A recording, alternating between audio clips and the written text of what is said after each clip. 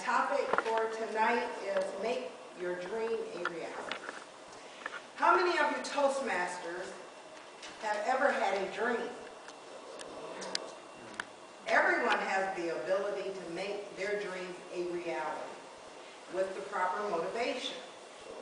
Many people sit in awe of those few individuals that make their dreams a reality.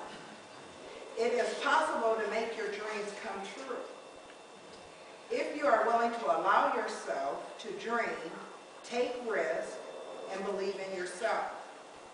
If you don't have the courage to do these simple things, your dreams will stay just as they are, dreams. If you take on the challenge, however, you will find that anything is possible. I will tell you tonight a story of how I made one of my dreams. I have many dreams, but I have stepped out of faith. But I'll tell you a story tonight of how I made one of my dreams to purchase a house a reality by stepping out on faith.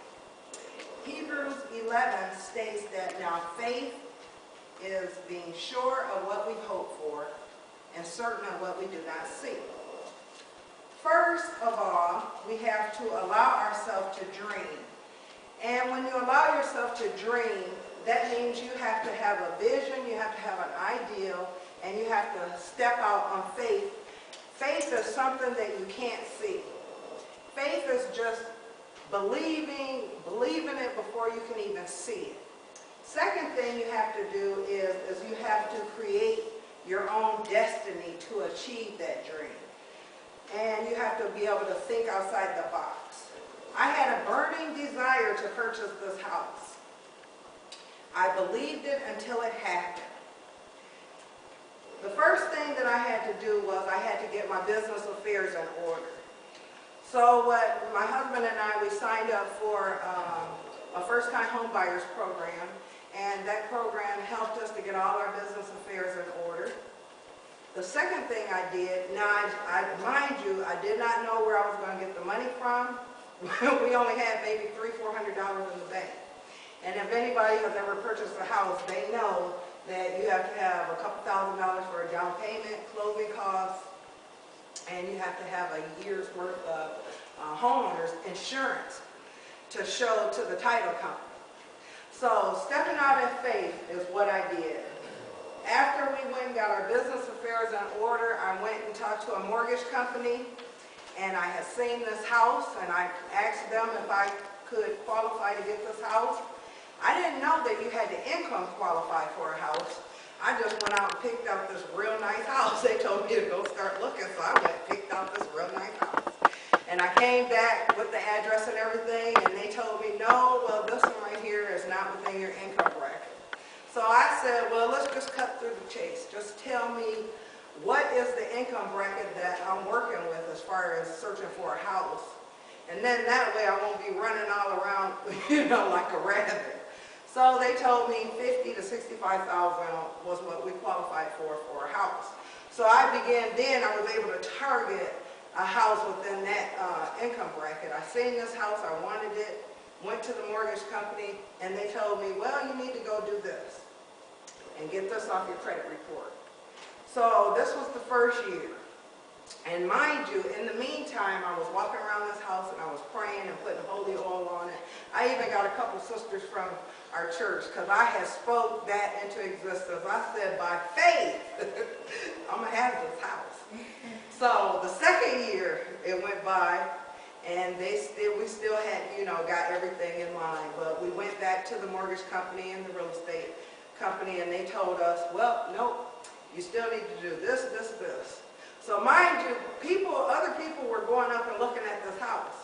But I had put the holy oil around it, and I had put a seal around it where couldn't nobody get this house but me. So the third year we went back to the mortgage company. This house was still empty. I knew this house was meant for me.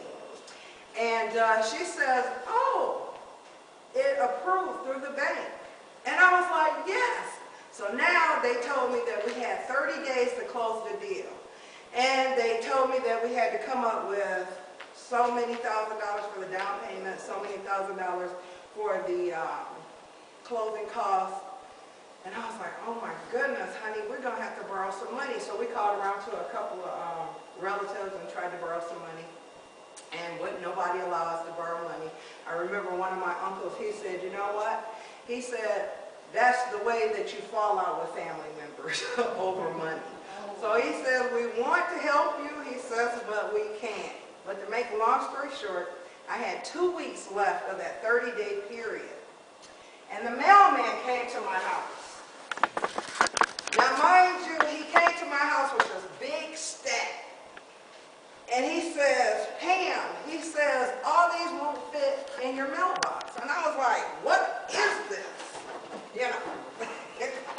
Can you imagine the mailman coming to your apartment with all this, and he's saying, this won't fit in your mailbox? And I was like, pre-sorted mail? I was like, I haven't ordered anything. What does pre-sorted mean? And then I was like, what is Ohio CPSC? And he said, well, anyway, Pam, I got to get on my route, because, you know, me and my husband had lived in this apartment for about 4 or 5 years, so I had a rapport with the mailman. So he left me with all this mail. And I went and I told my husband, I said, honey, I said, look what the mailman gave me. He gave me this big old stack. And it says pre-sorted, it's junk mail. I'm going to throw it away. And he said, well, before you throw it away, just open it up and look at it and see what it is. Well, to make a long story short, Ohio CSPC stands for Ohio Child Support. And God just showed up in a miraculous way those last 2 weeks with all these checks. This was back child support. My oldest daughter, which is 32 right now, but this was about 10 years ago, her dad in Ohio had been paying child support down in Ohio, and I didn't even know that this money was sitting there waiting on me. And all of a sudden it came at the right time. So when I opened up the first one, I was like, oh, it's a check, it's a check. Then I opened up the middle one. I said, do you think they're all checks? And then I opened up the middle one, and it was a check. Then I opened up the one at the end, and it was a check. I ran to the church because I had to show my pastor, my bishop, this testimony. And I said, but Bishop, why did the child support agency give me all these individual checks? Why didn't they just put it in one big check? And he said, because he said God just wanted you to know that he will make the impossible possible. And I was like, you're right, because I can get my house. So in order for me to cash all of these, I had to sign each and every one of them. But I had went over here on Pine Street to the Fifth Third Bank and married in that bank, because my husband and I used to live on Pine Street. She knows that I've been trying to buy a house for like 10, 15 years, right? And so I went to share that testimony with them at that Fifth Third Bank here in Ferrisburg, because I knew they would appreciate it. And she says, Pam, I'm not going to have you sign all of these. She said, what I'm going to do is run it through like it's a company, and she's going to stamp them all. And she says, now look at God, you got your house. So in closing, often fear of failure takes over and corrupts our entire plan of stepping out on faith and making your dream a reality. But if you come to a point where it just doesn't look like you can muster up any motivation, you need to just keep on believing and walking by faith. My conclusion is, my fellow Toastmasters, I've just shared with you an illustrative example on how stepping out on faith can make your dream a reality. Thank you.